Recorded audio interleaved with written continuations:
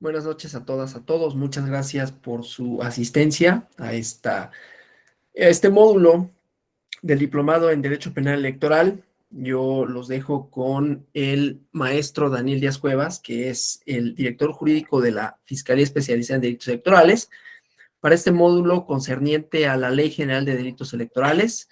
Daniel, muchas gracias, bienvenido, como siempre. Un gusto estar aquí contigo, darte la bienvenida. Y pues nada, como siempre, muchísimas gracias. Daniel es amigo del tribunal, de la Escuela Judicial Electoral, y pues le doy la más cordial bienvenida. Adelante, Daniel. Muchas gracias, Alonso. Muy buenas noches a todas y a todos.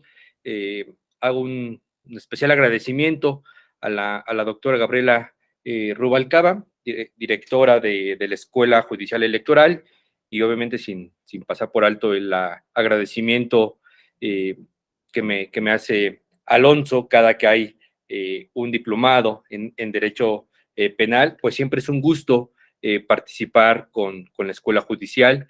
Y bueno, pues no quiero pasar desapercibido saludar al magistrade Jesús Ociel Baena. Muy buenas noches a él. ¿Qué tal, Jesús? Muy buenas noches, verlos por aquí. Y bueno, pues sin más, porque hoy tengo que, digamos, casi salir corriendo de aquí de la oficina porque desinfectan cada martes a las 9 de la noche. Entonces, si no tienen inconvenientes, me voy a ir un poco rápido con la presentación que traigo y,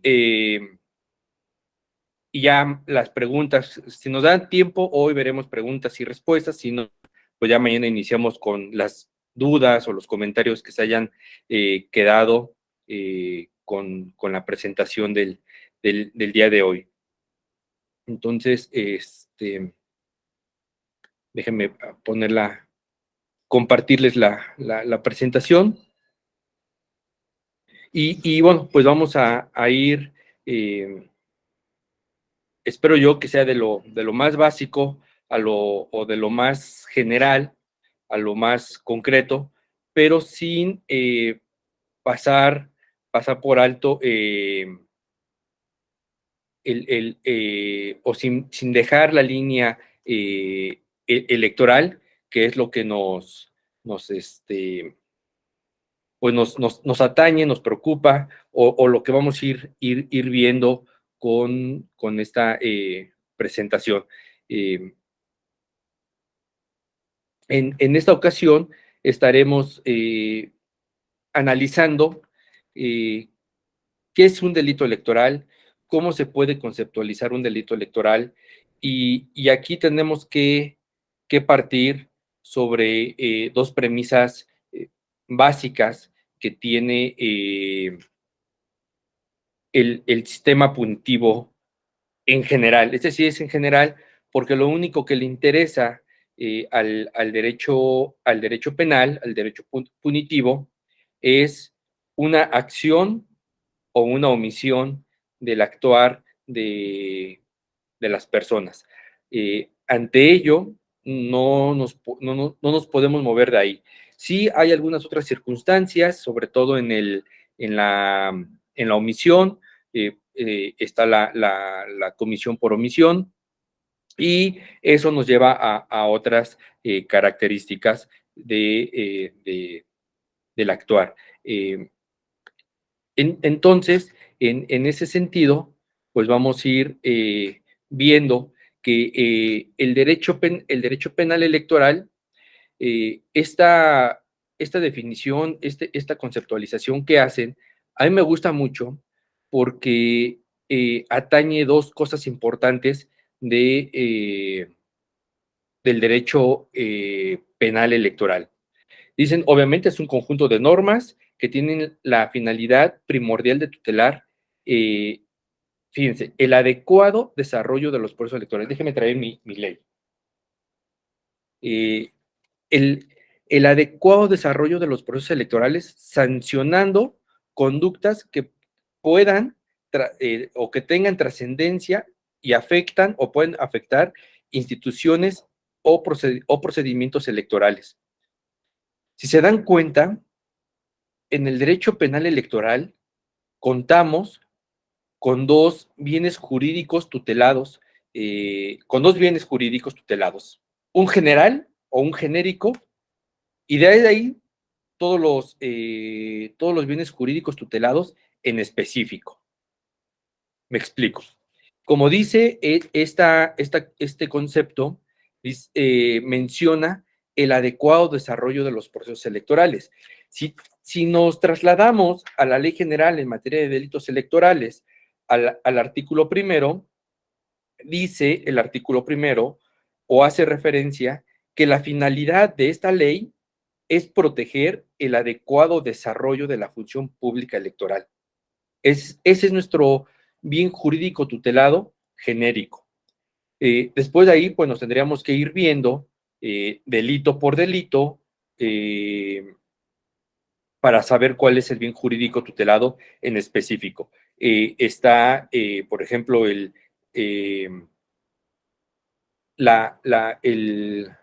un bien jurídico específico, pues es la protección como tal al voto. Ese es la certeza del registro federal de electores. Ese es otro bien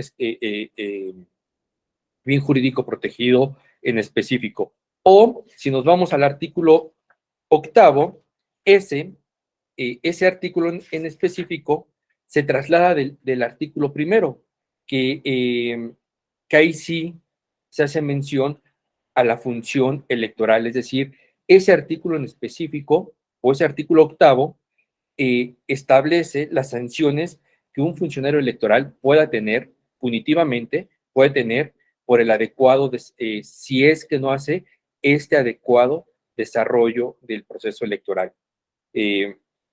Entonces, por eso es que tenemos que tener mucho cuidado con, con los tipos penales. Son más de 450 tipos penales en esta ley, en 18 o 19 artículos. Recordemos que no podemos perder de vista que cada coma o cada punto es un tipo penal, y ya lo vamos a ir desarrollando más adelante.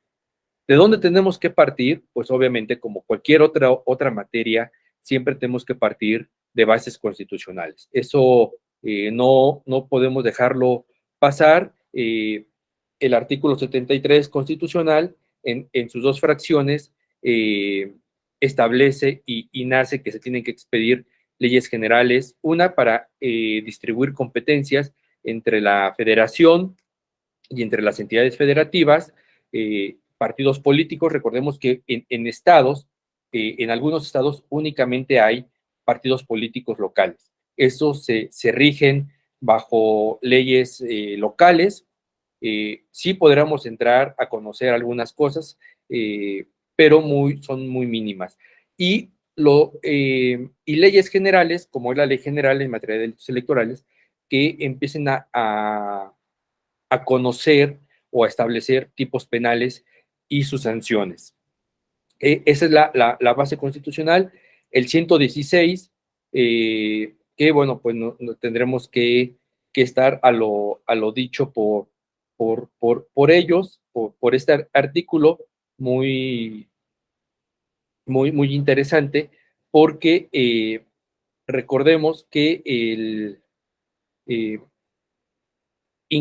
este 116 hoy está, pues digamos, en boga, o no en boga, sino hoy fue materia de discusión de la Corte por el tema de Veracruz.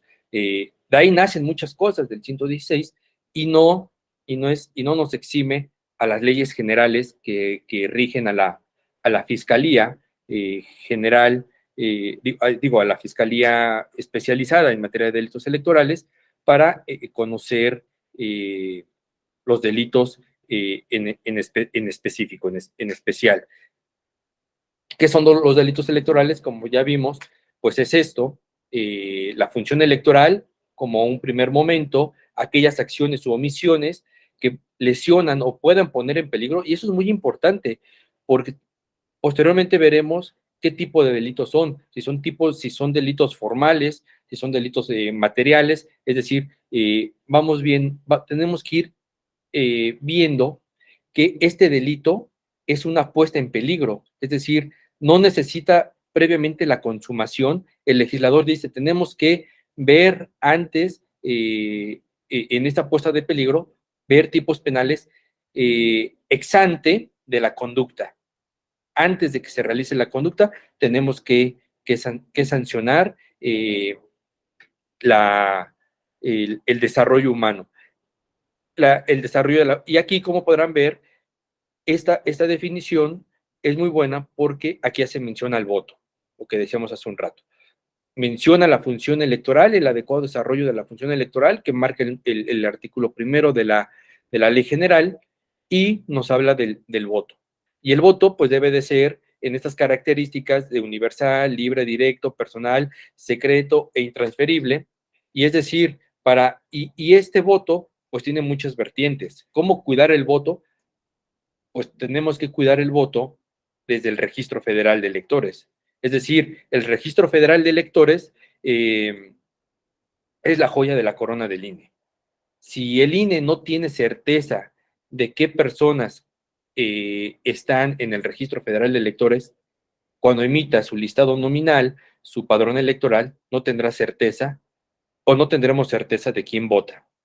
En ese sentido, pues tenemos que tener mucho cuidado y ayudarlos, y ya lo veremos adelante, que es un tipo penal quien altere el Registro Federal de Electores. Esto, y antes de continuar, tenemos que hacer estas diferencias que son muy notables, porque tenemos que ir viendo que no es lo mismo una falta administrativa electoral a un delito electoral. Son dos cosas diferentes. En esta triada electoral existe el INE y existe el Tribunal Electoral del Poder Judicial de la Federación y existe la Fiscalía especializada en materia de delitos electorales.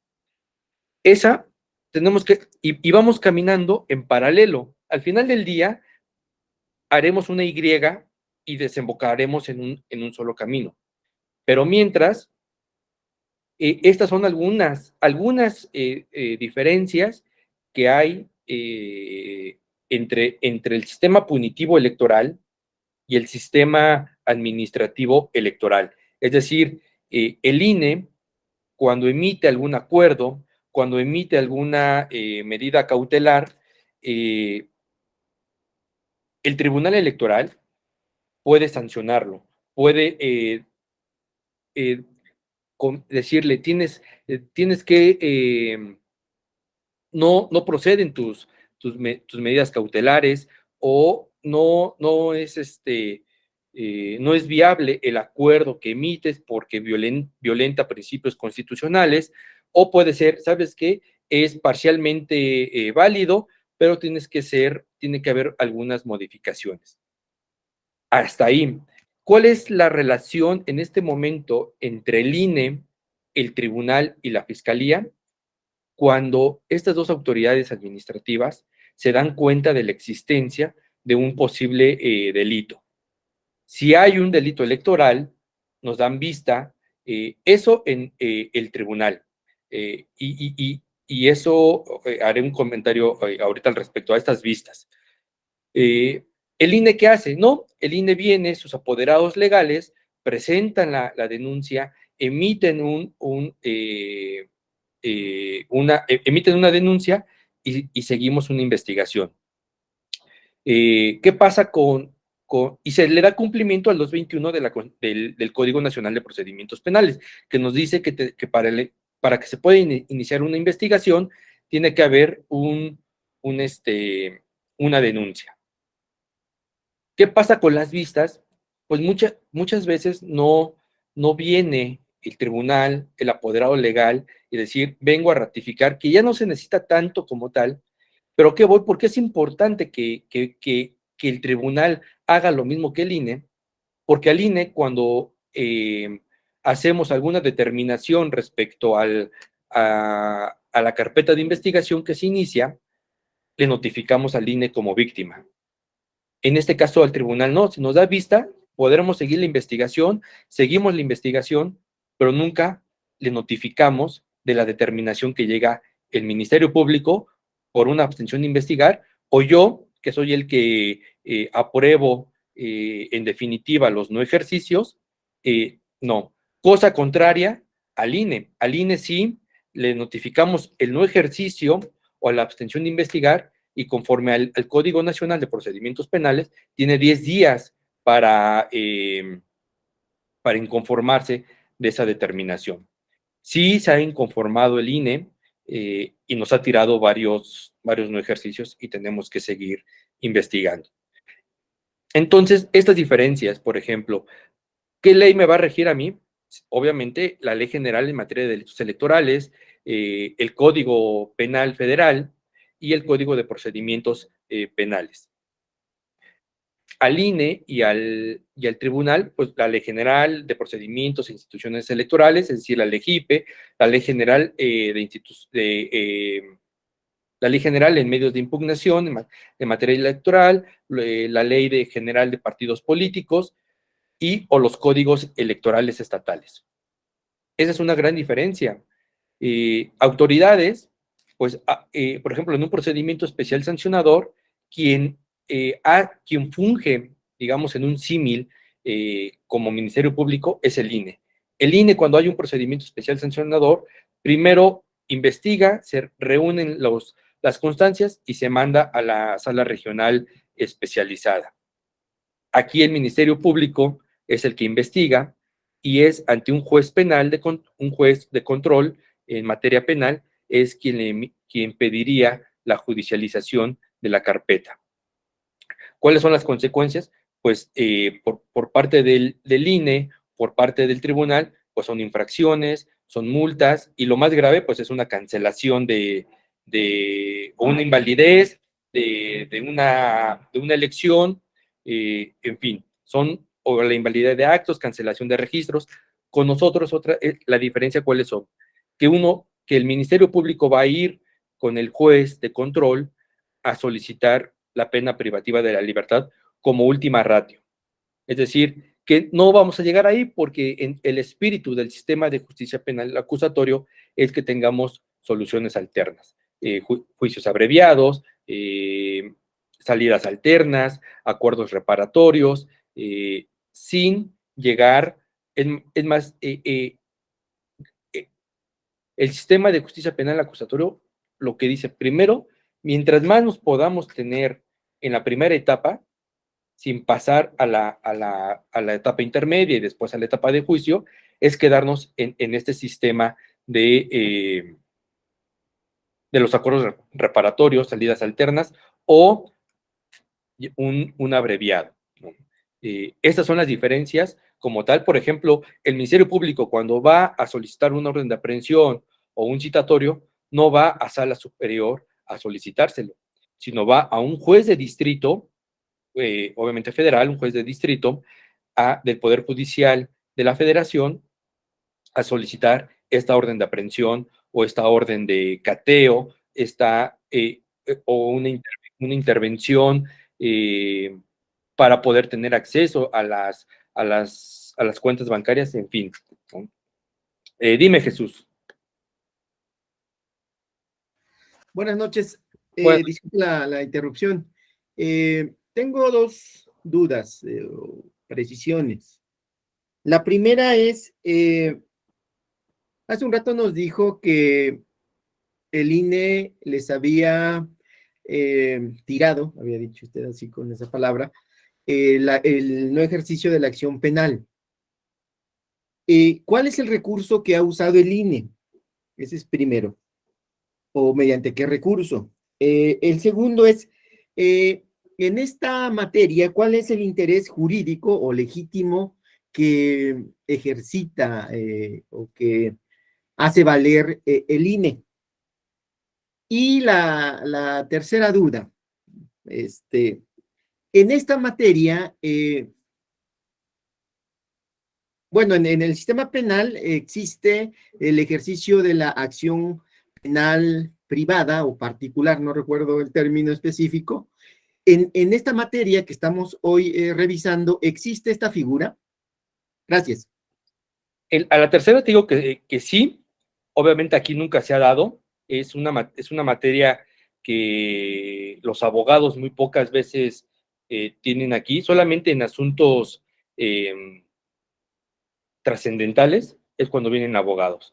De otra manera no hay abogados, los que vienen son los defensores de oficio, pero bueno, pues ellos tienen otros asuntos para ellos más relevantes. Para mí un delito electoral es de suma importancia. ¿Qué recurso? Pues es una inconformidad ante el juez de distrito por el cual el INE dice que o argumenta que el Ministerio Público no cumple con la investigación exhaustiva y que le hace falta más para poder judicializar la carpeta. Básicamente es la inconformidad que tiene el INE ante un no ejercicio de la acción penal. El interés legítimo, pues todos tenemos un interés legítimo en delitos electorales. Hemos tenido, si tú eres conocedor de un delito o de alguien que sabes que tiene 3 credenciales de elector con diferente nombre, puedes hacer tu denuncia, incluso de manera anónima. O sea, no se necesita un interés legítimo como si lo necesitarías para un JDC, por ejemplo, o para un juicio de revisión constitucional, que ahí sí necesitas, o un JDC. Un JDC, si te adoleces de algo, sí necesitas un interés legítimo. Aquí no, aquí cualquier persona puede denunciar. No te voy a notificar nada porque no tendrías una calidad de víctima, eres como un tercero. Pero si tú, Jesús, vienes y me dices, oye, alguien tiene una credencial de lector con mi nombre, y yo hago un no ejercicio, entonces sí te puedo notificar ese no ejercicio. O violencia política de género. A todas las mujeres se les notifica el no ejercicio. Es decir, el interés legítimo aquí no es tan relevante como sí lo es en la materia administrativa electoral o jurisdiccional electoral.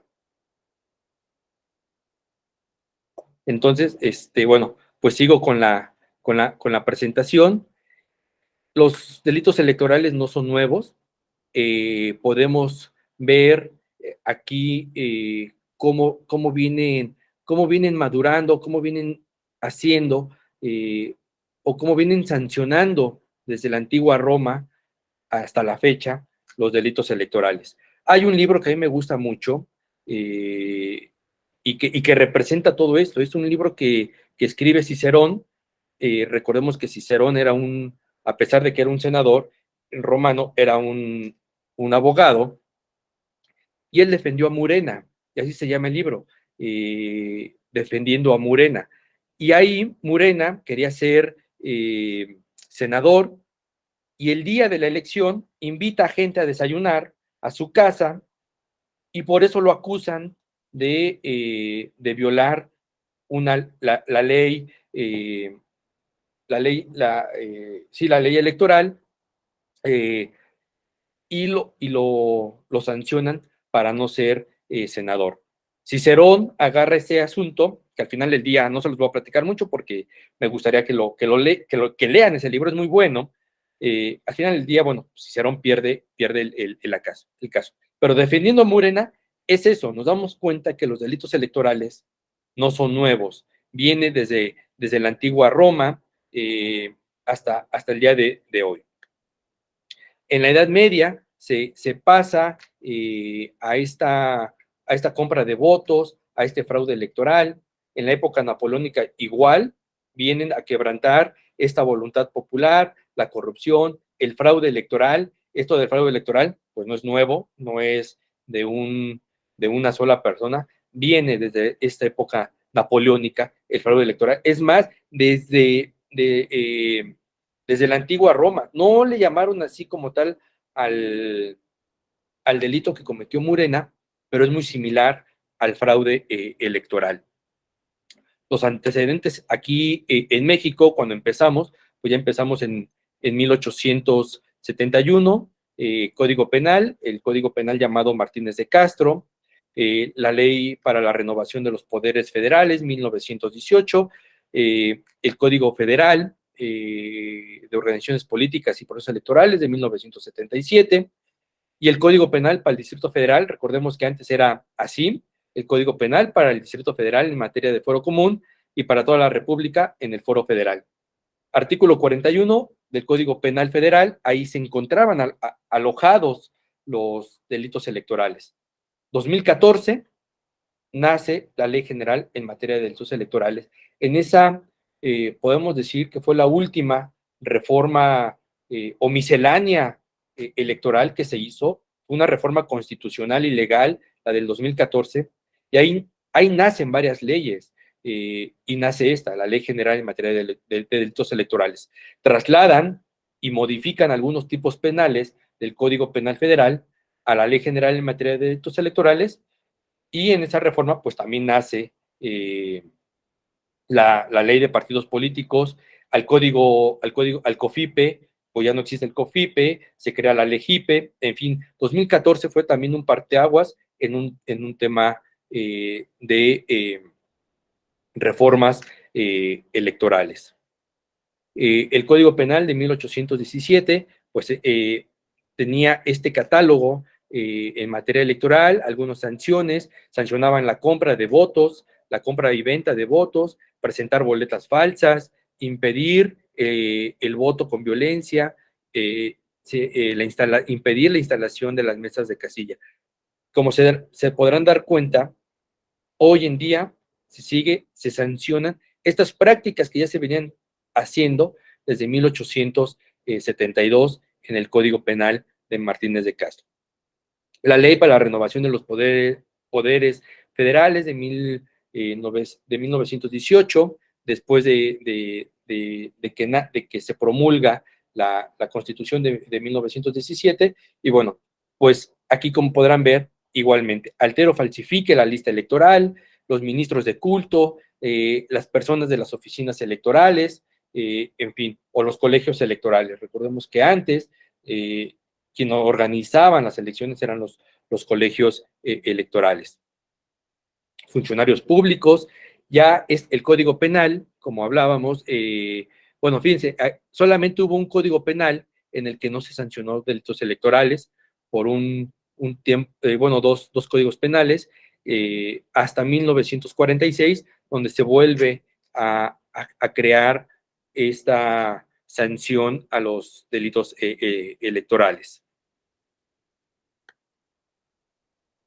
Ya para el Código Penal, pues empieza, aquí retomo el 403 porque es donde empiezan los delitos electorales, pero básicamente era desde el 401, y si no mal recuerdo, hasta el 411, por ahí así, se sancionaba en el Código Penal Federal los delitos electorales, hasta 2014, que se crea la Ley General en materia de delitos electorales.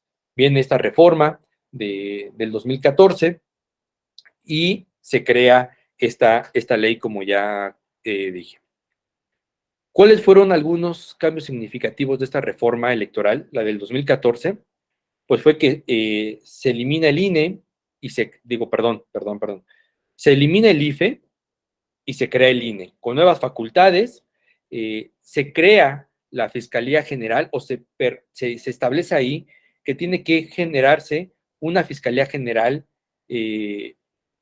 de la República autónoma del Poder Ejecutivo. Recordemos que la PGR dependía del Poder Ejecutivo. Ya esta Fiscalía General no depende del Ejecutivo. Se adelanta, por ejemplo, esta presidencia, pues no es un sexenio como tal, son de 5 meses, de 5 años, 10 meses. ¿Por qué? Porque se adelanta la toma de protesta del presidente. Antes era en diciembre, hoy en 2024, pues será en octubre la toma de protesta del presidente que gane, o la presidenta que gane. La inclusión de la consulta popular también se creó en 2014.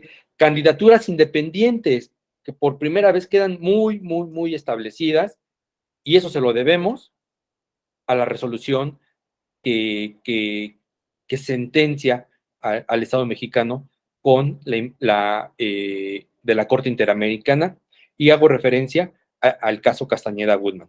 Eso se lo debemos, en las candidaturas independientes se las debemos a Castañeda Goodman, en esa resolución de la Corte Interamericana de Derechos Humanos. Los gobiernos de coalición, recordemos que las coaliciones pueden ser en 3 vertientes: coalición de gobierno, coalición electoral y coalición parlamentaria. Entonces, aquí se crea ya como tal, o se reconoce como tal, de manera formal, el gobierno de coalición, la reelección de senadurías, diputaciones, 2 periodos para la senaduría, 4 periodos para los diputados. Es decir, 2024, decíamos todos que 2021 fue una elección muy compleja por todos las candidaturas que iban a haber, pero 2024 es excepcional. Va a ser mucho más complicado porque tenemos que ver la reelección en senadurías por primera vez, las reelecciones en diputados, las reelecciones en ayuntamientos, en fin, el tema de la reelección, más el tema de la paridad, más todas las gubernaturas, incluyendo la jefatura de gobierno de la Ciudad de México, el Poder Ejecutivo Federal, en fin, viene 2024 muy cargado. Presidencias, legislaturas locales, también en la reelección, junto con las presidencias municipales. Se incrementa del 2 al 3% la votación total emitida en una elección inmediata anterior, para que los partidos políticos conserven su registro. Y la paridad de género en candidatos de legislaturas federales y locales. Eso fue lo más trascendente en 2014. El marco normativo de la FICEL, ese es su acrónimo, ya no es FEPADE, ya no es FEDE, ahora su acrónimo es FICEL. Constitucionalmente, el artículo 102, apartado A, la Ley General en materia de derechos electorales, el artículo 11 de la Ley de la Fiscalía General de la República. ¿Cómo se crea? Ya una vez que se está, este artículo A02 del 2019, por el que se instala la Fiscalía Especializada en materia de delitos electorales. Es decir, ya no existe la FEPADE, en ese entonces, ya no existe la FEDE, y se pasa a la FICEL con este acuerdo que emite el fiscal general de la República, el doctor Alejandro Gertz Manero. Y lo único que aún quedamos o queda vigente de aquella PGR, pues es la ley orgánica. Estamos por aprobar un estatuto que venga a suplir este reglamento. Mientras tanto, hoy es una ley de la Fiscalía General de la República, y esperemos que ya no tarde mucho en emitirse y publicarse en el Diario Oficial de la Federación el Estatuto de la Fiscalía General de la República. La Fiscalía, pues como como podrán darse cuenta, pues es una fiscalía especializada dentro de muchas que hay en la Fiscalía General de la República. Por ejemplo, está FEMDO, que es la Fiscalía Especializada en materia de delincuencia organizada. Está la Fiscalía Especializada en el combate a corrupción, la Fiscalía Especializada en Derechos Humanos. En fin, hay muchas fiscalías especializadas, y dentro de ellas está la Fiscalía General, la Fiscalía Especializada en materia de delitos electorales, que todos dependemos de la Fiscalía General de la República. Este es un antecedente muy rápido. La FEPADE se crea el 23 de marzo de 1994, con un exhorto que hace aquel consejeros ciudadanos de 1994, y le hacen este exhorto al Procurador General de la República. El entonces procurador le dice: ok, vamos a generar una fiscalía especializada al rango de subprocuraduría. Sí, se crea y a partir del 23 de marzo funcionó la histórica FEPADE. Así transcurrimos hasta el 14 de diciembre del 2018, que se expide la Ley Orgánica de la Fiscalía General de la República y se emite este acuerdo A002 del 2019, en la que se instala la Fiscalía Especializada en Delitos Electorales. Ya para mayo del 2021 se crea la Fiscalía General de la República y nuevamente, ya como tal, pues se crea la Fiscalía Especializada en materia de delitos electorales y esta nueva composición que conlleva esta creación de la Fiscalía Especializada. Como ya les comenté, estas son las autoridades electorales, cada función, las más relevantes de cada una, el INE organiza, administra y fiscaliza los procesos electorales. El INE, recordemos, que tiene esta facultad primordial de fiscalizar los recursos, los recursos económicos, y ahí, fíjense, ahí es donde también tenemos un vínculo con el INE. Si el INE se da cuenta que hay dinero que no se reporta, o que el secretario de finanzas de algún partido político es omiso con presentar alguna factura o comprobar algún gasto, nos denuncia. Si se da cuenta que hay un caso donde, como lo establece el artículo 15, donde hay una aportación de dinero en especie, pues nos hace denuncia. El Tribunal Electoral, bueno, tiene, y por eso es que tiene el monopolio el INE de la fiscalización. ¿Puede delegar a los soples? Sí, sí lo puede hacer, pero eso es, bueno, esa a decisión del INE. Hoy por hoy tiene el INE esa facultad de fiscalizar los recursos que entran a los partidos políticos, que ganan, qué gastan y cuánto ingresan. La impartición del el tribunal imparte justicia electoral, la Fiscalía Especializada hace una prevención, persecución e investigación de los delitos electorales. La competencia, esto es muy importante porque nos tenemos que trasladar al artículo 21 de la Ley General en materia de delitos electorales. ¿Cuáles son las competencias que tiene la Fiscalía en estas cuatro vertientes que sean cometidos en un proceso, que estas conductas sean cometidas en un proceso electoral federal, que se inicie, se prepare o se cometa un delito en el extranjero y surta efectos en territorio nacional? ¿De qué hablo aquí? Pues no hay de otra cosa más que de la Diputación Migrante. La Diputación Migrante surte efectos en el territorio nacional, pero se da en el extranjero. ¿Qué tenemos aquí como ejemplo? Y se lo voy a plantear muy rápido, porque más adelante llegaremos a estos casos prácticos. En 2015, el Consejo General del OPLE de Chiapas hizo un desaguisado ahí con estos votos y encontramos votos de Andorra, cuando únicamente teníamos de Egipto, partes de Europa, cuando tenían que venir únicamente votos de Estados Unidos para la diputación, que por cierto lo ganó el candidato del Verde.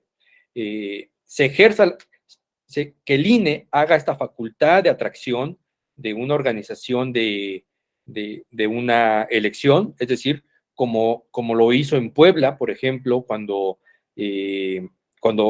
desafortunadamente tiene el accidente la gobernadora, junto con su esposo, el senador, y el INE atrae esa elección, la organiza. Y a pesar de que se hayan dado delitos del foro común, por el solo hecho que el INE estaba organizando esa elección, nosotros como Fiscalía entramos de lleno a conocer los delitos. O que se actualice, aquí pido una disculpa porque no es el artículo 50, ya se reformó, ahora es el artículo 51 de la Ley Orgánica del Poder Judicial de la Federación. Lo que venga marcado ahí tendremos competencia. Y esa es la competencia que con la que se rige la Fiscalía. Delitos del orden federal, y estos son los delitos que esta ley orgánica todavía contempla el Código Penal, desde el artículo 401 no se ha reformado, pero en una interpretación, pues obviamente ya no nos vamos a ir al Código Penal, sino a la Ley General de Delitos Electorales.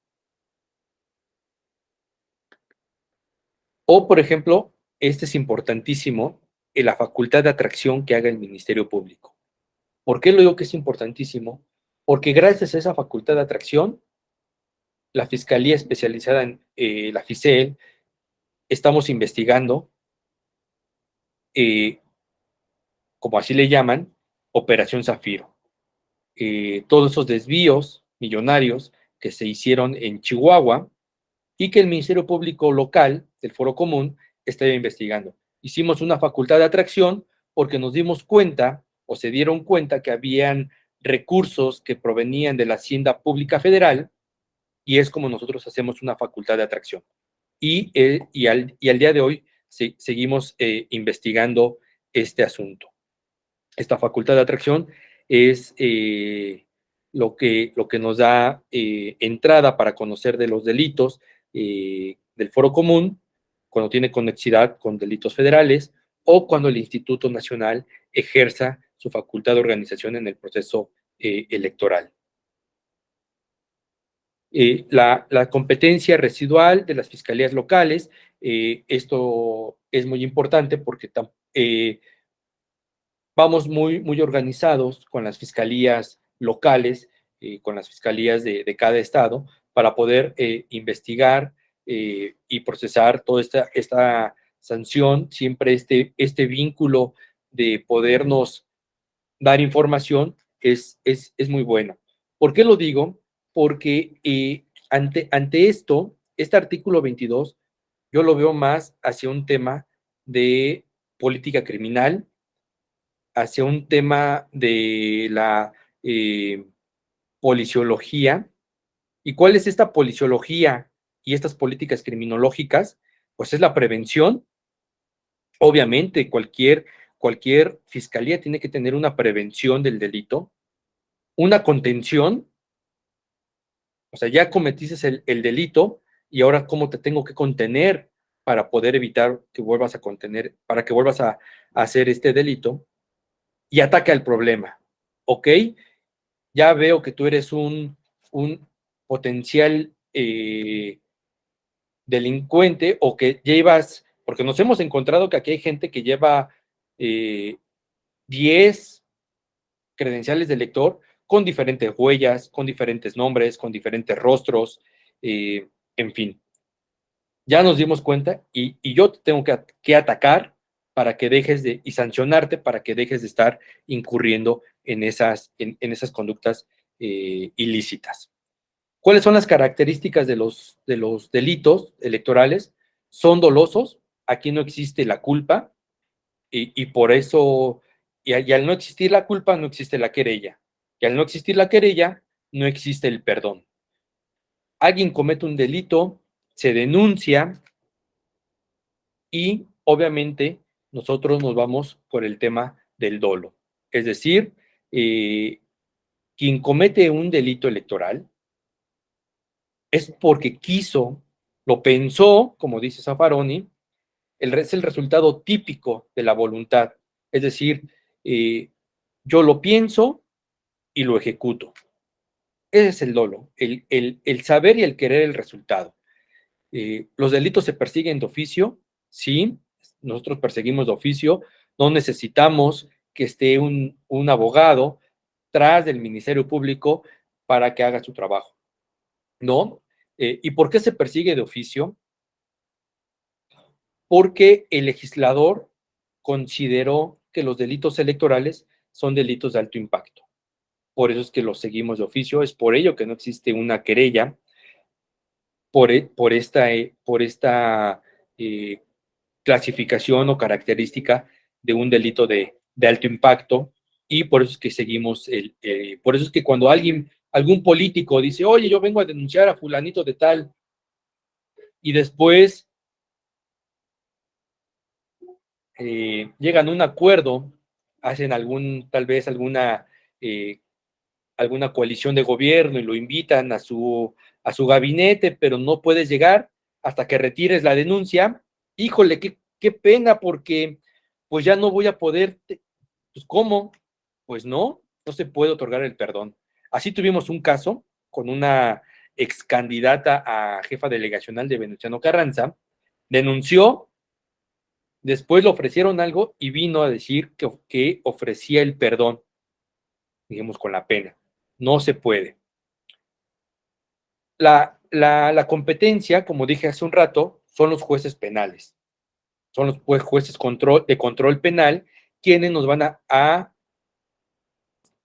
generar o a conceder una orden de aprehensión, un cateo, o van a privar de la libertad o van a sancionar a las personas que cometan un ilícito. Y por ello, como podrán darse cuenta, la estructura del delito electoral es muy compleja. Tenemos que ver, y tenemos que ver estas circunstancias muy específicas de tiempo, modo y lugar. En todas estas más de 450 hipótesis que tenemos, con una palabra que tenga de diferente el tipo penal, cambian las circunstancias de lo que ustedes puedan estar denunciando. Y eso es muy importante, porque si el ciudadano, y por eso es muy importante también el tema de este tipo de capacitaciones, si el ciudadano, si el consejero, si el secretario ejecutivo hacen una denuncia mal, difícilmente el Ministerio Público va a poder llegar a judicializar la carpeta. Porque si no damos estas circunstancias de modo, tiempo y lugar, pues no hay. No va a haber manera de poder llegar a una vinculación a proceso. Estos son los sujetos activos que hay. Cualquier persona de 18 años hacia arriba, funcionario electoral, funcionario partidista, servidor o servidora pública, candidato, precandidato, en fin, ministros de culto y fedatario público. Y aquí hago un comentario. Un fedatario público no me refiero únicamente al notario público, ¿no? ¿Quién puede tener también fe pública? Trabajadores del INE o trabajadores de los OPLES, los que están en las oficialías electorales, ellos pueden certificar, ellos tienen fe pública y pueden generar esto. Y están incluidos como fedatarios públicos. Esto es un poco de teoría, la teoría del delito, porque tenemos que partir, por eso digo que la estructura del delito electoral y de cualquier otro delito puede ser compleja, porque no nos podemos alejar de la teoría del delito ni de la teoría del caso, que son son cosas muy técnicas, pero muy importantes, que sin ellas difícilmente el Ministerio Público puede llegar a una judicialización de la carpeta de investigación. Son 3 teorías: la teoría causalista, la teoría general del delito y la teoría finalista. Hoy creo que en México prevalece la última, la teoría finalista, que es la que empieza ya a permear en esto. La teoría causalista, bueno, pues quien la trabajó, quien la acuñó fue Franz von Linz. Él decía que el delito partía de una acción, él no consideraba una omisión. Se parte, o él se apoyaba de una causa-efecto, siempre de una fase externa. La fase interna la veía como culpa.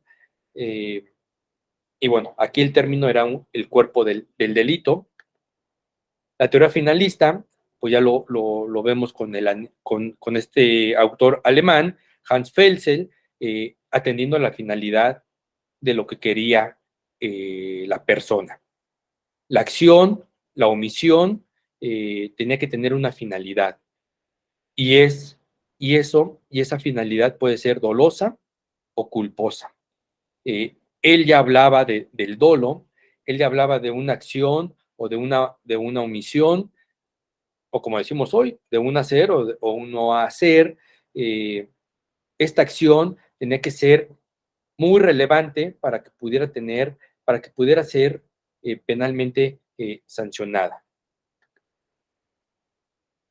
¿Cuáles son las fases? Pues una interna, el sujeto determina qué es lo que quiere; en una externa, cómo lo quiere. Ese nexo causal, que es lo que dice mi tipo penal con la adecuación de la conducta. Ese es el nexo causal, que mi conducta sea exactamente igual a como lo describe la ley, el tipo penal de la Ley General en materia de delitos electorales. Las acciones humanas son procesos que van encaminadas siempre a un fin. Y para poder llegar a ese fin, el Ministerio Público, una vez acreditando las circunstancias de modo, tiempo y lugar, también tiene que acreditar estos aspectos que vienen dentro de la teoría del delito del tipo penal: la conducta o el hecho, la tipicidad, la antijuridicidad, la culpabilidad y la punibilidad. Pero si en este camino de la investigación se encuentra con alguno de los aspectos negativos, pues prácticamente se muere la investigación, ya no habría más que investigar. Puede ser que, porque además así lo establece el código, si no recuerdo es el 327 del Código Nacional de Procedimientos Penales. En un reto más se los confirmo: la ausencia de conducta. El Código Nacional dice: la conducta se cometió, pero el hecho no constituye un delito. Una ausencia de conducta, una tipicidad, una causa de justificación, una inculpabilidad. La inculpabilidad, podemos decirlo que eso va para los menores. No, yo no puedo imputarle un delito a un menor. Y las excusas absolutorias, que también ponen fin al, a la investigación del Ministerio Público. Estos son una descripción de los aspectos positivos. Es la conducta o el hecho es la exteriorización del actuar; la conducta, que se considera un delito; la antijuridicidad; la punibilidad, que es la pena que tiene la ley general o el tipo penal; la tipicidad, la adecuación de la conducta con el tipo que está descrito; y la culpabilidad, el nexo psicológico o el nexo intelectual que tiene el sujeto con el resultado material. Tenemos que ver los elementos objetivos, es decir, las circunstancias, las circunstancias, los objetivos, si fue doloso, si fue culposo. Esto en un tipo penal genérico. Repito, en los delitos electorales únicamente va a haber dolo. Los elementos normativos, cuáles son definiciones jurídicas o culturales. Y todo esto nos hace una interacción en el mundo fáctico, una alteración en el mundo fáctico. Si no hay esa alteración en el mundo fáctico, difícilmente va a haber un delito. Estos elementos objetivos o externos, pues es la conducta, es el resultado, por eso le comentaba. Este resultado es esa alteración en el mundo fáctico, en el mundo real. Si en el mundo real no hay, te acusan de que te robaste una urna, pero el paquete se entrega, simplemente no hubo una alteración en el mundo real, en el mundo fáctico.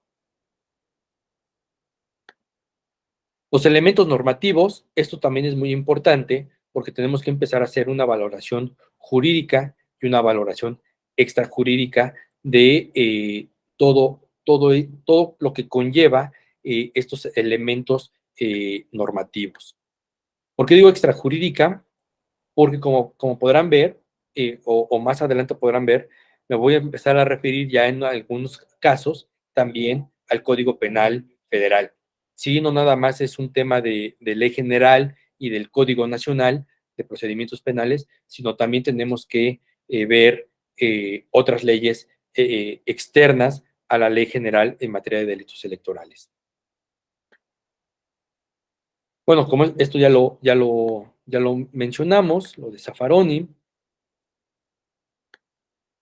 la prescripción. Este es un asunto también muy importante porque aquí existe un debate. ¿Cuándo prescribe un delito?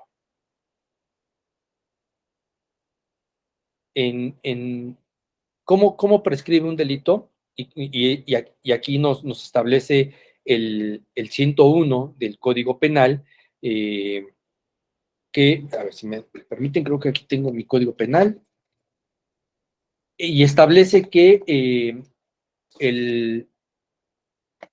la prescripción es el, el, el, el solo paso del tiempo que extingue la acción de investigar.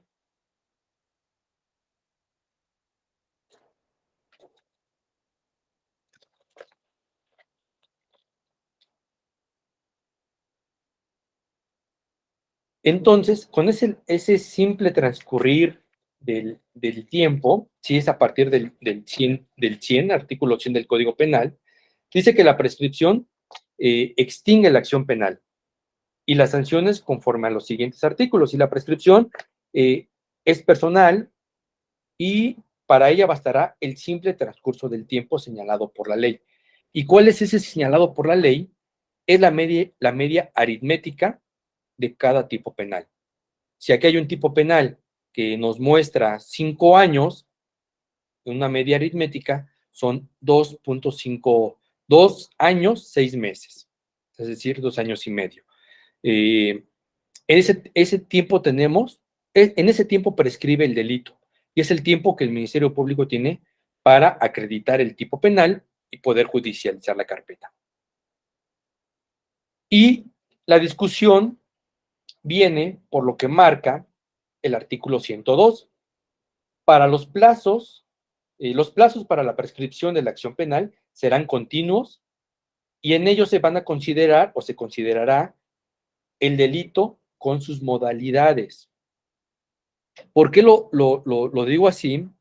Porque muchos dicen que es el solo plazo liso y llano y de manera errónea no contemplan las modalidades. ¿Cuáles son las modalidades? Las modalidades, las calificativas y las agravantes. Y aquí hay varios delitos que, por ejemplo, los funcionarios electorales tienen agravantes. O quien comete un delito de violencia política de género contra una mujer de un pueblo o de una comunidad indígena. Hay agravantes. O los servidores públicos. Se agrava la pena. Entonces, para la prescripción, tenemos, sí, es un hecho natural, es un transcurso de tiempo natural, pero que no tenemos que olvidar estas modalidades, esas calificativas y esas agravantes. Bentham ya lo decía, que es el simple hecho en el transcurso del tiempo, y que esto significaba premiar la desobediencia, la rebeldía o la fuga de las prisiones. Beccaria, ya él consideraba que la prescripción eliminaba esta incertidumbre del ciudadano y le abría un camino para la enmienda, es decir, un poco más garantista Beccaria que Bentham. La prescripción en México, bueno, pues igual lo venimos arrastrando desde el Código Martínez de Castro, el Código Almaraz y el Código de 1931, que, bueno, pues ponen fin a la investigación. Una teoría que establece la prescripción es una teoría de la intimidación inexistente, la dificultad de la prueba y la teoría de la seguridad jurídica. Porque con este nuevo sistema de justicia penal acusatorio, más la reforma del 10 de junio del 2011, pues tenemos que darle certeza jurídica tanto a la víctima como a la persona que se está investigando. Y si se darán cuenta, hablo de personas investigadas. No le estoy dando una calidad específica en esta primera etapa, en la etapa de la investigación. ¿Por qué? Porque yo le voy a dar una calidad ya específica a la persona que estoy investigando cuando me presente ante el juez de control y judicialice la carpeta. En ese momento, ya la persona de investigada pasa a vinculada. Una vez que esté vinculada a proceso, ya ahora sí, él tendrá acceso a la carpeta. Antes no puede tener acceso a la carpeta porque no tiene una calidad solamente de investigada, pero en esa investigación yo todavía no estoy haciendo actos de molestia para esta persona. Como podrán ver, bueno, pues estas teorías las voy a pasar rápido. De la dificultad de la pena, pues es igual, siempre vamos a empezar a ver el transcurso del tiempo. Esta atribución legal de la seguridad jurídica, bueno, pues ya es un derecho, como dije, que tienen a su favor. En cuestión de prescripción, la persona que estamos investigando, y en una cuestión de víctima, pues la persona a la que se adolece de, de un posible delito. Y esta es una de las tesis aisladas de la 10ª época de la primera sala de la Corte, en el cual nos establece la prescripción penal, cómo se da, cuál es la configuración y, y, y el acceso un acceso efectivo a la justicia, que prácticamente es lo mismo que, digo, me voy a hablar un poquito de las candidaturas independientes, y fue lo mismo que alegó Castañeda Guzmán, este acceso efectivo a la justicia.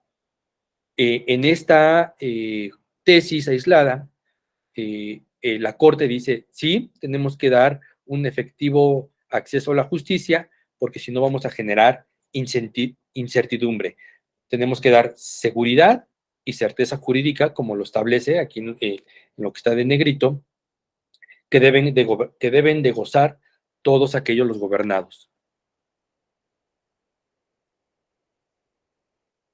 Entonces, bueno, no sé si aquí haya alguna duda.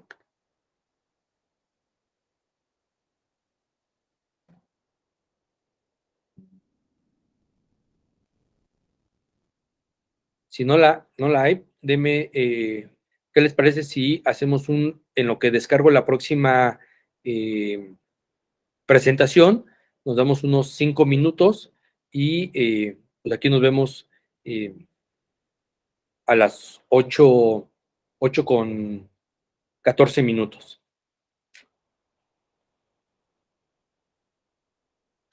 Sí, doctor, muchas gracias. Gracias.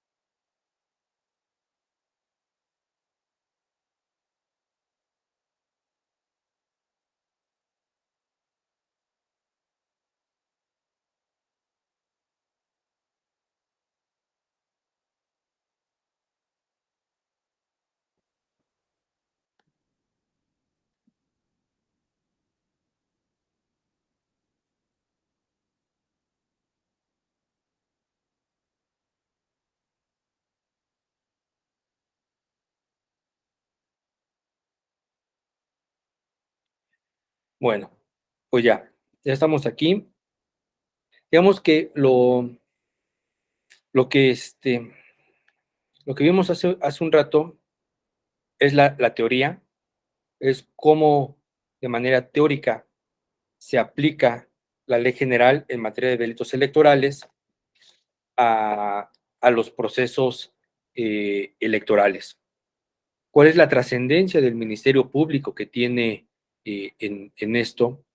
Eh,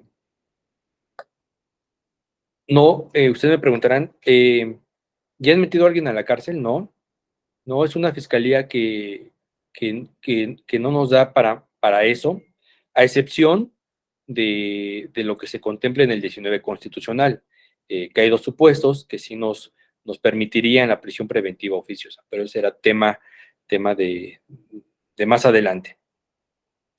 Sin embargo, no detenidos, sí hemos tenido detenidos, pero tampoco muchos, creo que han sido muy pocos, podemos contarlos con los dedos de la mano, pero sí muchas investigaciones. Es decir, eh, puedo decir sin temor a equivocarme que el INE es nuestro principal dador de materia prima, es el principal ente que denuncia. Yo creo que del 100% de las denuncias que tenemos, el 80% provienen del INE. ¿Y en qué versan estas denuncias sobre la alteración al Registro Federal de Electores? Básicamente, o es lo más que nos denuncian. Sí, también nos han denunciado temas de fiscalización, como se los comentaba hace un rato. De hecho, tenemos una investigación que no daré mayores datos porque se encuentra obviamente en investigación, pero contra un funcionario partidista, secretario de finanzas de un partido político. Tenemos de cuestiones de fiscalización, pues tenemos todavía investigando el caso de Brecht, que es un tema que proviene de la fiscalización. En fin, sí, y eso, pues obviamente, también el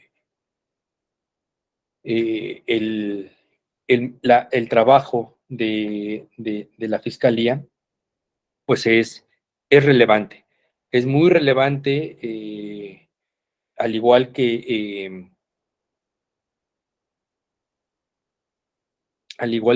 el tribunal, que el INE, y por eso es que tenemos que ir caminando, sí, de manera paralela, pero al final del día, como les comento, vamos a llegar a una intersección y se hará un solo camino en el que tenemos que ir caminando y que así lo hemos estado haciendo desde la FEPADE.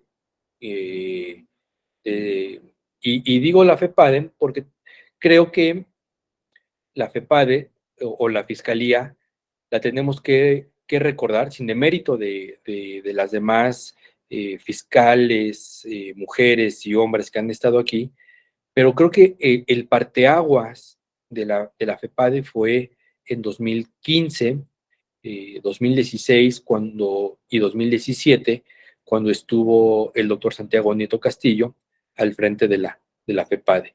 Creo que ahí fue el boom de la Fiscalía.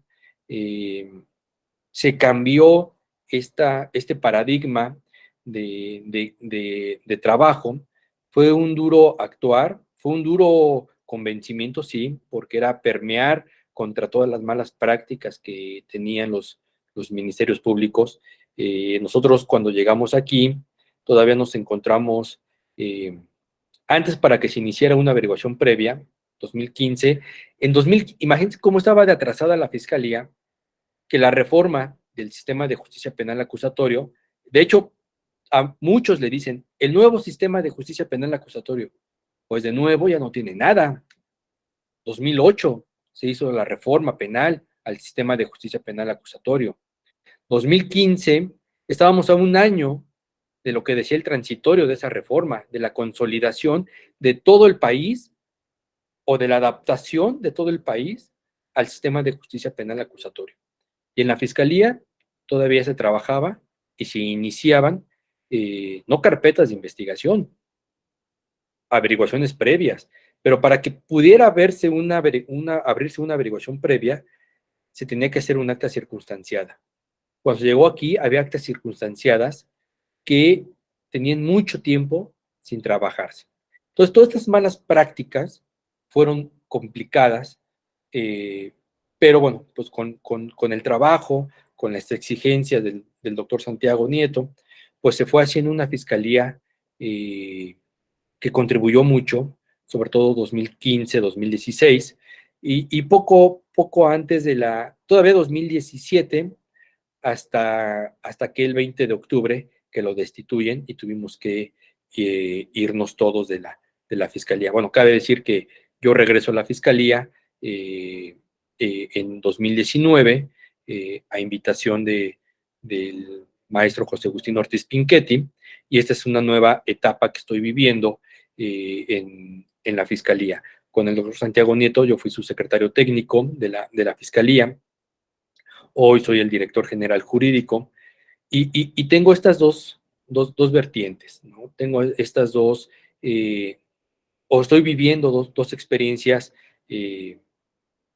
muy buenas. Por eso yo creo que a la fiscalía se tiene que tener del 2015 a la fecha. ¿Por qué? Porque como lo vamos a ir viendo más adelante, con estos, pues prácticamente no se investigaba nada, ¿no? Para ser honestos, prácticamente no se tuvieron un caso relevante, los amigos de Fox, el Pemex Gay. ¿Y qué se hizo? Nada. Cuando llegamos aquí, pues ya estaba prescrito el delito. Ante eso, y para dar certeza y seguridad jurídica, pues se tuvo que firmar un no ejercicio de la acción penal. ¿Qué temas complejos se vieron aquí o relevantes? Pues ya he mencionado algunos. 2015 es la destitución de este Consejo General de Chiapas, el tema de los influencers, ¿no? Del apoyo al verde, que no, bueno, sí, digamos que culminó o una de las consecuencias de esa investigación fue que al subsecretario de Gobernación pues lo destituyeron. El tema de Antorcha Campesina, por ejemplo, en el Estado de México, la migración que hubo, la migración de Yucatán a Quintana Roo, ¿no? Donde se les ofrecía dinero a esas personas para alterar el registro federal de electores y referenciarse en Yucatán. El propio caso de Brecht, pues nació con el doctor Santiago Nieto. En una ocasión platicaba con él cuando hacemos una remembranza de cuando la secretaria técnica, dentro de sus muchas facultades, era el estar al pendiente de las oficialías de parte, la general y la del fiscal especializado. Entonces, cuando vino Lozoya a presentar sus escritos aquí, yo recibí esos escritos, se lo hice, el doctor estaba en un evento, se los hice saber y bueno, pues ya conocen la historia de todo eso. Y así casos de violencia política de género y más adelante iremos viendo cómo esto, cómo lo de violencia política, por ejemplo, fue también un parteaguas, porque sin tipo penal, hoy ya tenemos un tipo penal, ahí está el 20 bis, con sus 14 fracciones. En 2015, 2016 no teníamos un tipo penal y sin embargo se sancionó a muchas personas por, por violencia política, sin tener un tipo penal, pero por ejemplo, vuelvo a Chiapas, por ejemplo, ¿no? Ese consejo, ¿por qué se destituye? Por dos cosas. Uno, porque una consejera actuó mal por el tema de los votos en el extranjero, y otra porque el Sala Superior le ordena al INE la destitución de estos consejeros y nos da vista. Y de estos consejeros logramos, no recuerdo si 5 o 6 órdenes de aprehensión y las cumplimentamos, ¿no? Por violencia política de género, por no respetar la alternancia de la paridad de género. Entonces, fueron algunas cosas que se vivieron con de mucho impacto y de mucha trascendencia y de ayuda a preservar nuestro sistema democrático mexicano.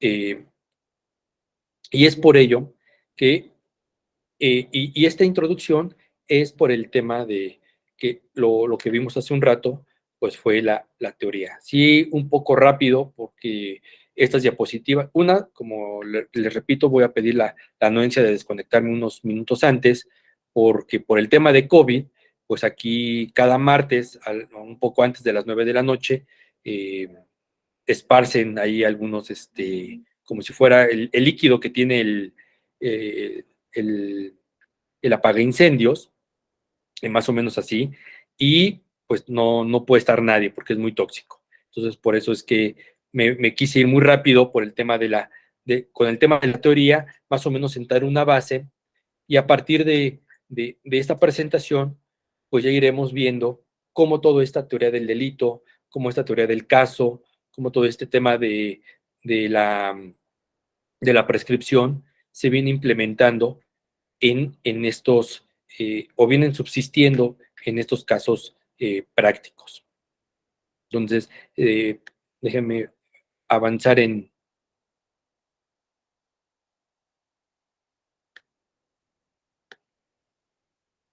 la presentación. Ok, los delitos electorales. ¿Cómo nos podemos ir viendo los delitos electorales? Algunos tipos penales nos van a pedir calidad específica, algunos otros no. Por ejemplo, el artículo 7 de la ley, que es donde empezamos los delitos electorales, todo el capitulado de los delitos electorales a partir del artículo 7, no nos pide una calidad específica, no nos pide que sea servidor, servidora pública, funcionario partidista, funcionaria partidista, en fin, esas son las calidades específicas. Esa es una calidad específica, que te pida algo que no sea cualquier persona. El artículo 7 no nos pide esa calidad específica, por lo tanto, lo centramos en cualquier persona. Y aquí cualquier persona, votar a sabiendas que no cumple con los requisitos de ley. Sí, hay personas que acuden con credenciales de elector de su hermano, de su primo, a querer votar porque ellos no tienen una credencial de elector, obviamente, pues, y saben que están incumpliendo con la normatividad. O votar más de una vez. Este tipo es muy raro, realmente no, que yo, del tiempo que tengo en la fiscalía, no he tenido conocimiento de este tipo penal, pero sí de este otro, ¿no? Hacer proselitismo o presión a los electores el día de la elección en el interior de la casilla con el objeto de orientar el sentido del voto. Y ojo aquí, y aquí ya empezamos a implementar lo que veníamos hablando en la teoría, las circunstancias de modo, tiempo y lugar. Hacer proselitismo el día de la elección. ¿Y cuándo es la elección? ¿Cuál es el día de la elección? Tenemos que ver el día de la elección. Y ojo, en el interior de la casilla, si la persona está en el día de la elección y fuera de la casilla, no reúne las circunstancias de modo, tiempo y lugar de este tipo penal. Tendríamos que buscar otro que sí existe, en el que no esté, en el que esté haciendo proselitismo, pero no en el interior de una casilla. Si está en el interior, si no está en el interior de la casilla, pues simplemente en un tema de taxatividad de la norma o la literalidad de la norma, no puedo iniciarle, bueno, sí puedo iniciar una carpeta de investigación, pero en la investigación me voy a topar con algunas causas negativas del tipo penal. Entonces, ojo, ¿no? Día de la elección. Y ver estas circunstancias de modo, tiempo y lugar. Obstaculizar o interferir en el desarrollo normal de las votaciones. Bueno, cualquiera que pueda llegar a hacer un escándalo a la casilla está interfiriendo con el desarrollo normal de las votaciones y eso es un delito electoral. Retener credenciales para votar sin causa justificada por ley durante la jornada electoral. Ojo, miren, son dos tipos diferentes, pero aquí me pide que sea el día de la elección. El día de la elección. Y este tipo penal, el de la retención de credenciales, me pide que sea durante la jornada electoral.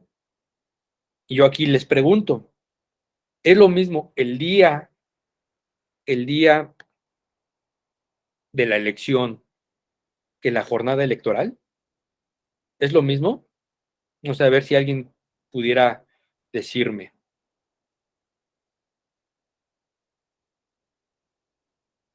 A ver, dime, Javier. Gracias. Pues en estricto sentido no, toda vez que el día de la jornada contempla las 24 horas o el día de la elección, perdón, y la jornada electoral contempla desde la apertura de la mesa de casillo, la mesa de votación, hasta el cierre y levante de acta final. Claro, así es. Digamos que en estricto sentido, la jornada electoral tendría que ser de 8 de la mañana a 18 horas, ¿no? Ya si hay más gente en la elección y cierran a las 8 de la noche, 20 horas, es ya diferente. Pero la jornada electoral es 8 de la mañana hasta las 18 horas. Y el día de la jornada electoral, pues son estas 24 horas del día de la jornada electoral. Entonces, y aquí tenemos una complicación, porque una casilla, un centro de votación, que es a lo que se refiere ese tipo penal, pues no se va a instalar 24 horas. Entonces, ese tipo penal es muy complejo o es muy ambiguo, porque me pide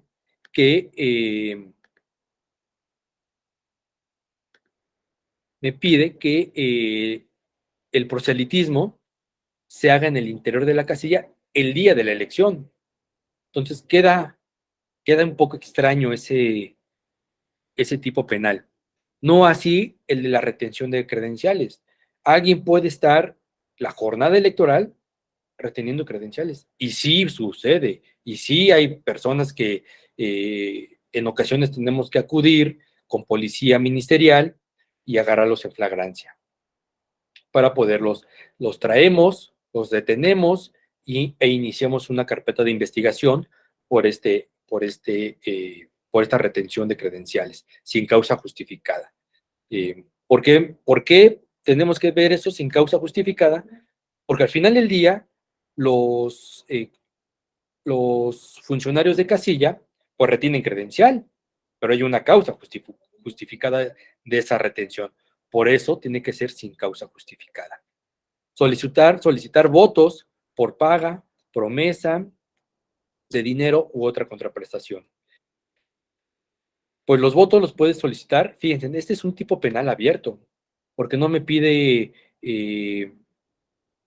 tiempo, dice solicitar votos, y yo puedo solicitar votos desde hoy para la elección del 2024, ¿no? Desde hoy te puedo prometer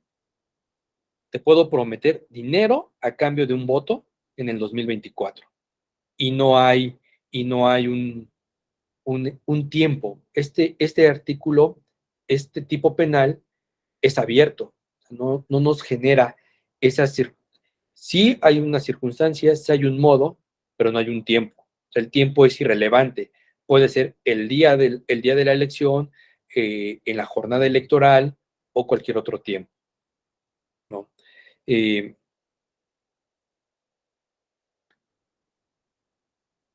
Organizar reunión en transportes el día de la jornada electoral, con la finalidad de influir en el sentido. Es decir, mucha gente traslada a personas en autobuses, en microbuses, y ahí va diciéndole, y no se olviden votar por fulanito, ya ven que él es muy bueno, les pavimentó una calle cuando fue presidente municipal, ahora hay que votar por él, porque va para se va a reelegir para presidente municipal o va a ser diputado, en fin.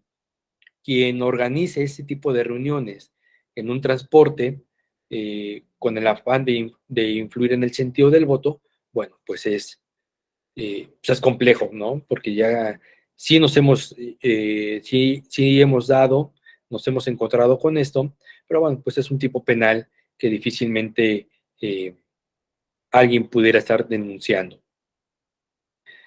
Apoderarse, destruir, alterar, poseer, usar, bueno, o suministrar de manera ilegal en cualquier tiempo materiales o documentos públicos electorales. Aquí también es un tipo abierto. ¿Por qué lo digo? Ustedes recordarán que hace algunos años, Movimiento Ciudadano, uno de sus representantes de MC, subió a la nube el padrón electoral y lo alojó en Amazon. Ah, pues es esto. Eh, y ellos decían que no. Digo, después desafortunadamente esta carpeta de investigación ya no se pudo hacer nada porque quien subió el padrón a esta plataforma de ventas de Amazon, pues falleció, murió y bueno, pues ante la muerte ya no pudimos seguir investigando. Pero es esto, ¿no? No había un tiempo electoral como tal. Estamos, sí, esta persona que tenía en su poder este padrón electoral, lo sube de manera pues ilegal, porque no tenía por qué haberlo subido a Amazon. Él decía que que estaba encriptado, pero no, después Amazon nos comunicó que en efecto había algunas ocasiones en las que sí se pretendió, bueno, lo subieron con esa intención de vender.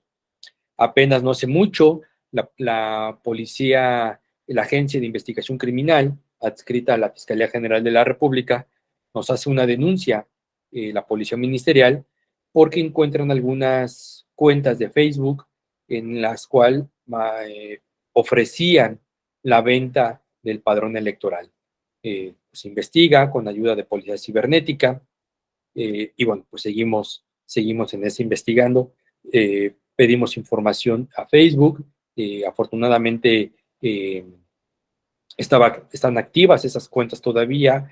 Estamos rastreando la IP. En fin, pues son investigaciones que se hacen porque alguien pues se apodera de manera ilegal y pretende vender esos materiales o documentos públicos electorales. Y también, pues, es un tipo penal abierto, porque esto de apoderarse, pues también se puede dar un día antes de la jornada electoral, es decir, algún presidente de mesa de casilla que diga, pues ya no voy, o no voy, no instalo, me apodero del paquete electoral, y en fin, no se instala porque el presidente de casilla se apoderó de estos documentos, de los materiales, y ya no se pudo instalar la casilla. Bueno, entonces tendríamos que pudieras, o que digas, ¿saben qué? Alguien más se lo llevó, sí lo conozco, no es funcionario, es cualquier otra persona, y le aplica esta hipótesis. Solicitar la evidencia del voto. Eso ya ha sido una práctica muy recurrente y aquella persona que nos demuestre que alguien le está solicitando la evidencia del voto, y fíjense, esto no lo dice el tipo penal, pero nosotros como investigadores de estas circunstancias, de los tipos penales o de los delitos, pues lo tenemos que hacer valer en una argumentación muy, muy, muy exquisita, muy buena, porque la evidencia del voto, ¿dónde se da? Pues en la casilla, si no, ¿dónde tomas la foto de la boleta? En la urna, bueno, más bien dentro, en el interior de la casilla, si no, ¿dónde tomas la foto? O sea, tiene que, esta evidencia, porque además te piden que, no que te marques el dedo, sino que te tomas una selfie con la boleta en la que vean que marcaste por el candidato, la candidata, el partido político, la coalición, que conviene, sobre todo partido político o el candidato o la candidata. Así es, en la mampara, en el cancelo, en la mampara, ahí se da. Pero es al interior de la casilla. Sí, adelante, Sandy, te escucho. Por ejemplo, tengo una duda. ¿Aplicaría lo mismo, por ejemplo, a veces hay consultorías las cuales, pues bueno, contratan a muchachos, ¿no? Para solicitar, una vez terminado el voto, bueno, para preguntarle al botón de por qué partido votó?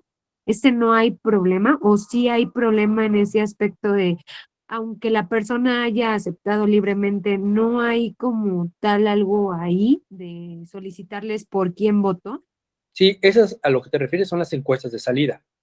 Hay un tipo penal, vamos a ver allá cómo hay ciertas prohibiciones y por eso es que estas encuestadoras, casas encuestadoras, si te das cuenta, cuando emiten sus opiniones o cuando emiten los resultados, después de las 18 horas, porque sí tienen esa eh, prohibición de emitir un resultado, pero ya lo iremos viendo un poco más adelante. Obstaculizar el traslado y la entrega de paquetes electorales también. Eh, yo en el 2016, me parece, 2016, estuve en Coahuila y un centro de votación que nos habían alertado que corría mucho riesgo, pues lo tuvimos que acompañar al OPLE con policía estatal, con la policía ministerial que llevaba yo en esa ocasión a cargo, dos ministerios públicos. Lo tuvimos que trasladar, este centro de votación, que eran como 15 paquetes, los tuvimos que trasladar, acompañarlos para que fueran resguardados y no se los pudieran robar. Entonces, si alguien nos hubiera obstaculizado ese traslado, pues ahí la policía ministerial o la policía estatal hubiera hecho la detención como primer respondiente y nos hubiera presentado en la delegación de la Fiscalía General de la República, bueno, en ese entonces todavía PGR, a esta persona que obstaculizó la entrega de paquetes electorales. Usurpar el carácter de funcionario. Recordemos que para poder ser funcionario de casilla tienen un procedimiento o los CAES que están ese día supervisando las mesas, que se instalen bien las mesas de casilla. Si falta alguien, pues ellos tienen que acreditar a una persona de la fila. Si no es el caso y él se sienta, está usurpando un lugar que no le corresponde y tendría impacto en este tipo penal. Abrir paquetes electorales sin causa justificada por ley, eso también, pero aquí puede ser cualquier gente, alguien se roba, o por ejemplo, ha habido ocasiones en que nos hablan, nos dicen, oiga, una persona nos habla al call center que implementamos cada día de la elección, en tal casilla hay un paquete abandonado. Si llegamos y alguien está abriendo ese paquete sin causa justificada, pues hace acreedor a que se detenga y se le inicie una carpeta de investigación por estar abriendo el paquete. La alteración o participación en la alteración del Registro Federal de Electores, padrón electoral o listado electorales. Miren, dense en cuenta que hablamos en este tipo penal, hablamos de 3 conductas diferentes. Uno, quien altere el Registro Federal de Electores, que es el 100%, aquel que altere el padrón electoral, que es un segundo filtro, y el que altere el listado de electores. Es decir, que el INE haga todo este proceso de filtro y no se dé cuenta y la persona llegue hasta el padrón, hasta el listado electoral y esté en la mesa. Y se dé cuenta después el INE y nos denuncie. Pero son 3 circunstancias. ¿Cuándo se da la alteración al Registro Federal de Electores?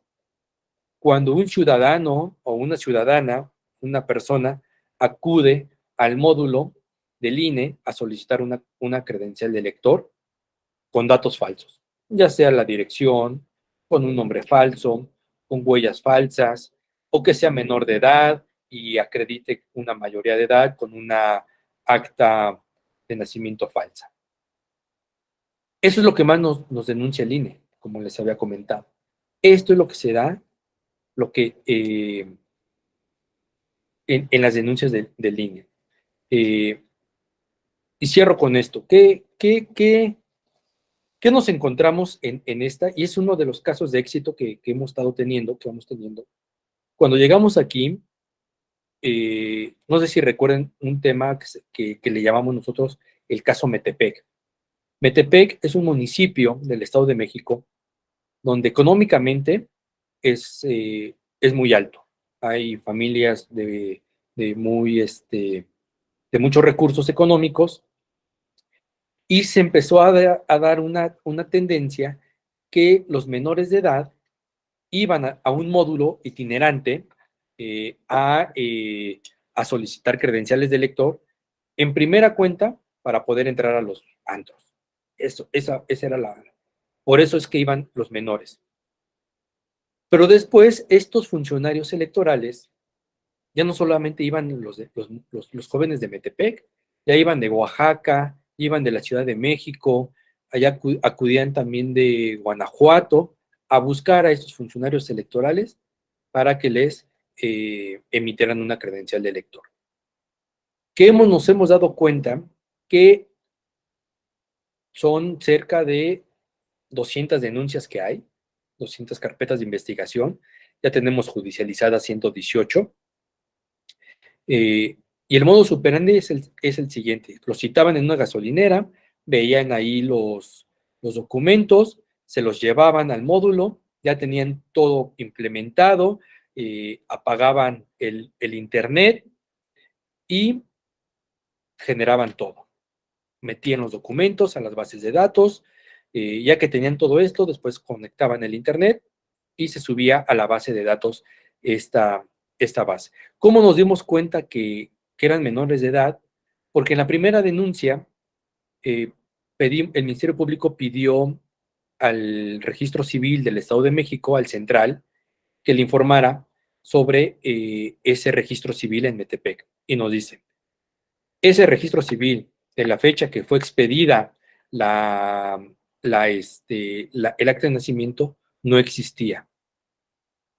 Sellos sobrepuestos, no había una oficialía del registro civil vigente cuando se expidió esa acta de nacimiento, y testigos que ellos mismos le ponían al menor para emitirle una credencial de elector. ¿Cuánto cobraban? Tenemos registro que